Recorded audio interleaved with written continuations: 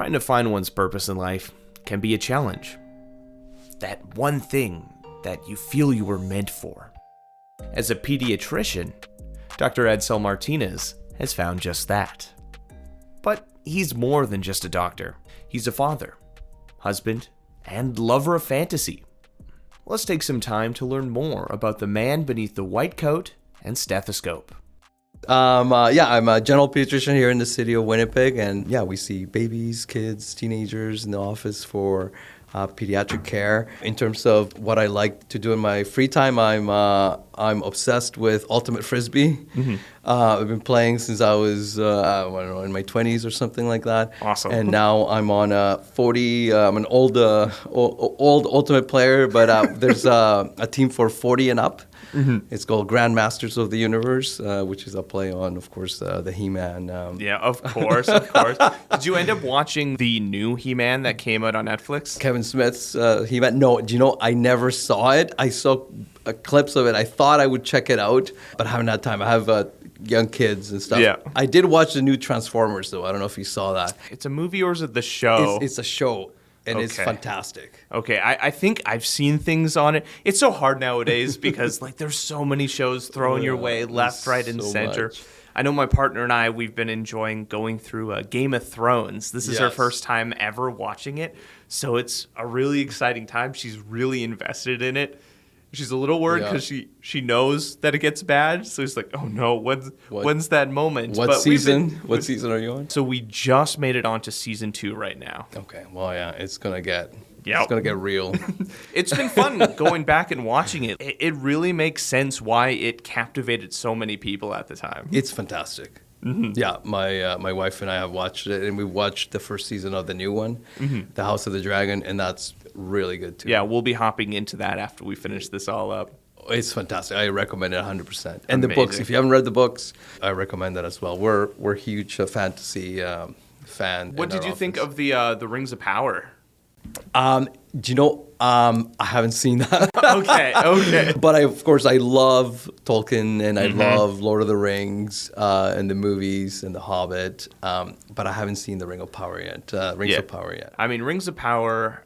What did you think? It was good, but how to describe it? It had this weird, almost veneer over all the visuals and everything, where it just felt a little weird at times. It didn't feel real, almost dreamlike in certain moments. And I mean, the story was very hit or miss, but I guess when they're going through those elements of the story, there's just so much that they're trying to cram into just a couple seasons, thousands of years of history. Well, I definitely want to check it out. Even if a product or a show or movie is bad, there's something you can get out of it, right? Mm-hmm. I really hated the new Jurassic World movie, Jurassic World Dominion. Yeah. It was awful. But at the same time, it's why is it bad? What are the elements that I feel are horrible? Yes. But then you can dissect and be like, okay, well, how could it have been a good movie, sort of thing? And I love movies, and I mean, I'm gathering the same thing from you, movies and shows. Movies and shows. We always have a TV show going or a movie that we're, want to watch and things like that. That's the ultimate frisbee, and then movies, and then we read too. All fantasy stuff. Well, fantasy is just so much fun. Is that something that you've been in or enjoyed for forever? Yeah, I think so. I mean, if I think back, so when I was in my 20s, I was reading Harry Potter, and I loved it. I loved it like a child loves, something like that. I was a huge Star Wars fan growing up, and in fact, I think I'm a bigger fan now than maybe even when I was young. My son and daughter love it, and isn't it fun when you get to relive an experience with a loved one? It's amazing. I would actually say that's one of the best things about parenting is reliving something and seeing it new almost again. So we watched episode 4, which is the original Star Wars. A New Hope. Yeah, New Hope. and my son this is a few years ago, was sitting and it's like at the edge of his seat and it's blowing his mind. He's never seen anything like this. And then when they blow up the Death Star right at the end, he's just like, they blew it up. He's just like, he's just, and I'm just in it. I'm tearing up because I'm experiencing this movie that I've seen I don't know how many times. I'm reliving it. It's like I'm watching it for the first time again because I'm watching it through him reacting to the movie, and it was absolutely brilliant. That's awesome. I know how I have this conversation all the time with friends. It's like, what sort of media would you want to watch again for the first time? So I'll throw that question at you. What would you like to, you've basically had that memory erased from you and you get to experience something again for the first time? In terms of movie, television, books, video games? Oh man, that's a good question. I think watching Star Wars again was brilliant. And the other thing, I don't know if you remember this, when the remastered, so this is I don't know when, 90 something or something. I hadn't seen those movies for years because I was late teenager, so I hadn't seen them. So when I watched them, it's almost like I was watching them again for the first time. And then watching them with my son, it was like watching them again. I don't know. I've loved so many of the things that we've talked about. The Harry Potter books were incredible. The movies were fantastic. Lord of the Rings blew my mind when I read it as a late teenager. Game of Thrones books, I don't know if you read them, but they are fantastic. And they're, I would say, better than the show. And that's saying something because the show is, at least the first 6 seasons, are amazing. Yeah. The books, because the show goes so fast, right? This house it's and breakneck. this other person, their knight, and when you read it, you can go back and keep it more straight. So there's so much more in the books. If you're loving the show, you should read the books because they're fantastic as well. I'd probably want to watch Breaking Bad again for the first time. That was just such good drama. Amazing. It was. It was just such an interesting story.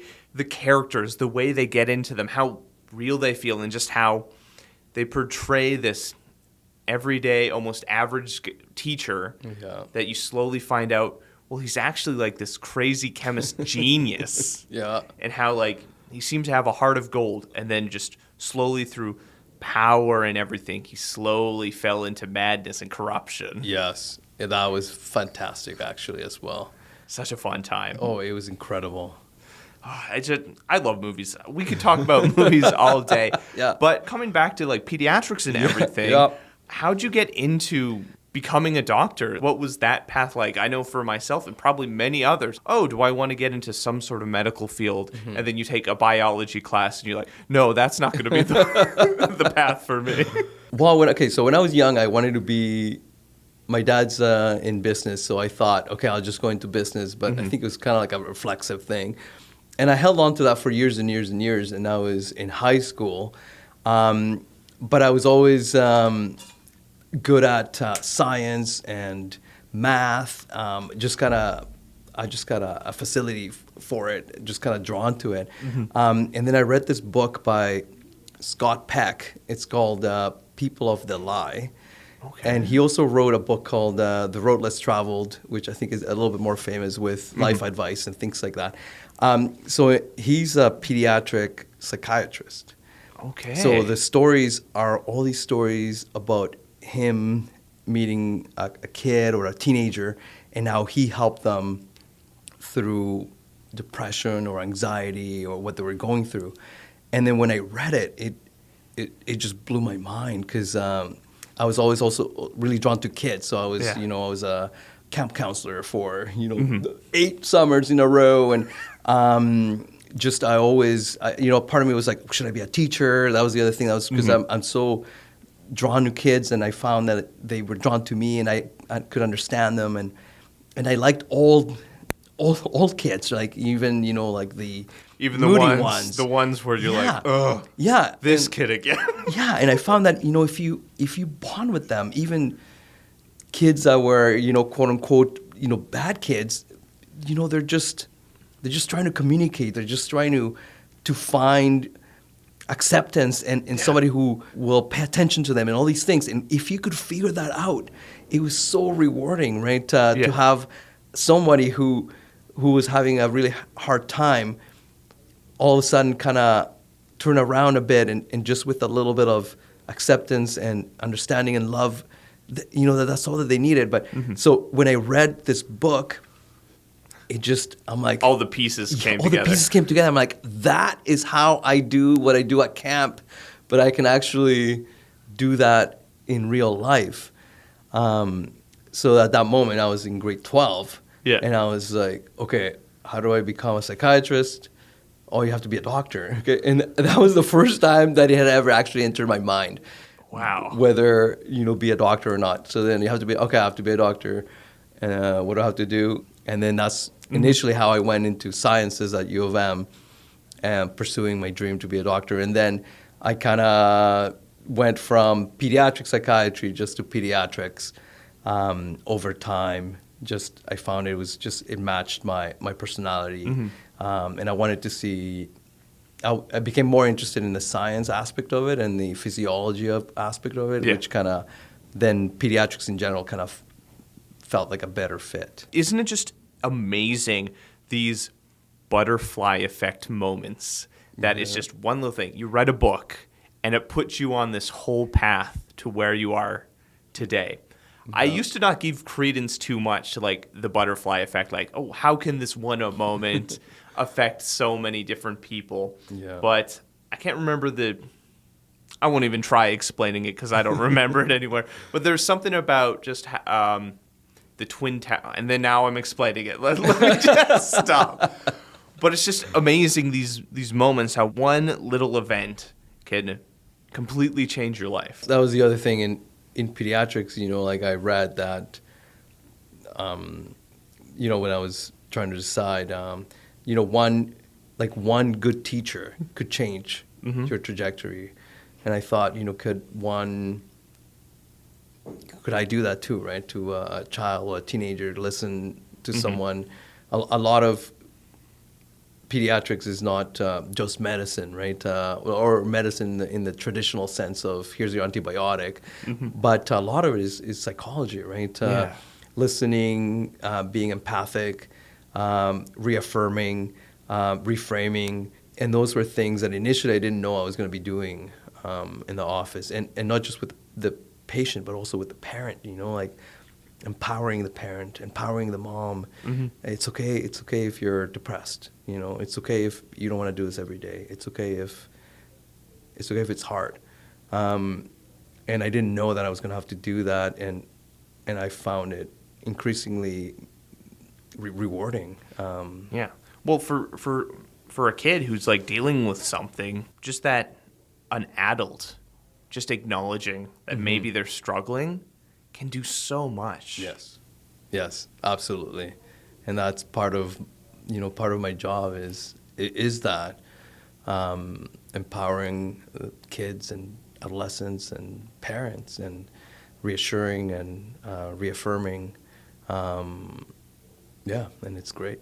I'm also guessing like you love being a dad, just from the conversation. You love working with kids and, reliving those experiences with your son and everything. Yes. So like being a parent's probably like an amazing dream come true as well. It's amazing. It's hard. I don't know if you're a parent or not yet, but it's amazing, right? It's so hard, and then it's so satisfying at the same time, and not always the same day. I know some of the experiences my parents had with me. So there's some days they're probably like, yes, I love having kids, and there are other days they're like, why I should have never made this decision. Yeah, and you know what? And that's normal. And then that's what I tell people in the office, it's okay if it's hard. It's okay if you don't want to do this every day because it is hard. But on the whole, when you take it all, I wouldn't choose any other way, right? Well, you're helping shape a future adult, right? You're helping give guidance, give instruction on who they're going to become, and those lessons they will then share with the next generation as well. Yeah, it's powerful stuff. if you weren't a doctor, is there anything else that you would want to be? Well, I mean, I've thought about, I thought about teaching. I think teaching would be amazing. If you paid me, I would do camp.